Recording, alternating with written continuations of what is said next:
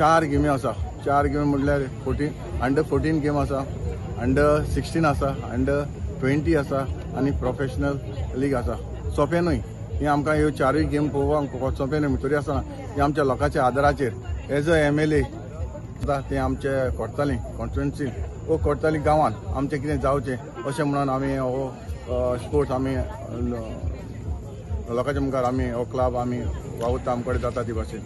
आनीक आयज हांगासर तुमकां दिश्टी पडटले आमचे क्लबाचे कमिटी मेंबर्स आसात, तशेंच आमचे हांगासर कोच आसात, तशेंच प्लेयर आसात अंडर 14, अंडर 20, अंडर 16 आनी प्रोफेशनल. आनीक सांगपाचें म्हटल्यार इतलेंच, हांव मागतां अशेंच आमकां आमच्या करतलीं भावा भयणांनी आमकां हे क्लबाक जाता ते भाशेन आमकां सपोर्ट करचो. आयज तर तुमचो सपोर्ट आहा जाल्यार म्हाका दिसता आमी जायते करपाक शकता.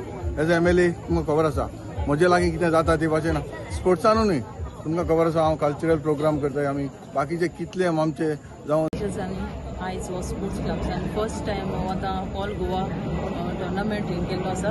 हांव तांकां शाबासकी दिता, कित्याक पयलेच फावटी तेंच्यांनी केलो आनी आतां आमच्या गांवांत तो करून दाखयलो.